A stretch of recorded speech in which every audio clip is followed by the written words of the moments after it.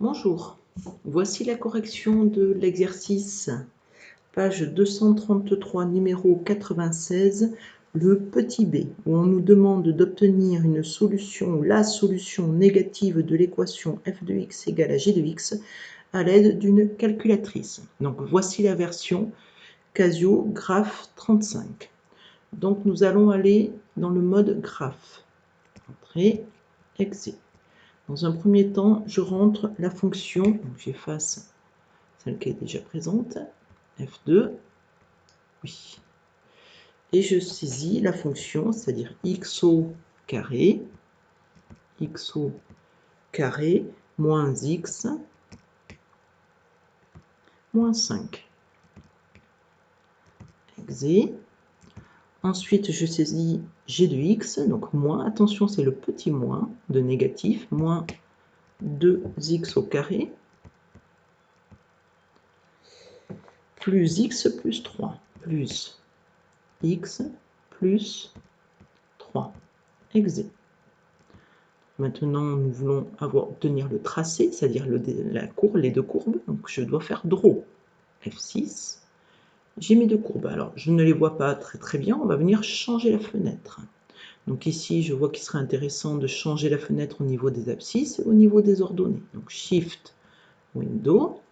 Vous savez que moi, j'ai tendance à mettre moins 10, 10 un peu partout. Puis après, j'adapte. Moins 10, 10. Comme ça, je suis sûr d'agrandir la fenêtre. Exé, exé, excusez-moi, je reviens sur ma fenêtre, je descends, là, ici, moins 10, et 10. Exé, exé, et on revient sur draw. Voilà. Maintenant, je vois beaucoup mieux mes deux fonctions, donc je m'aperçois que je n'étais pas obligé d'agrandir autant au niveau des abscisses.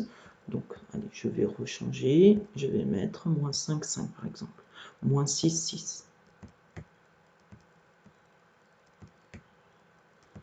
Voilà. Allez, on revient. Je fais draw.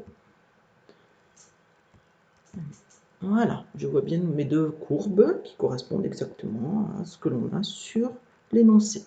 Je veux maintenant que la calculette m'aide à déterminer ces intersections. D'accord? Donc il existe une fonction qui s'appelle intersection.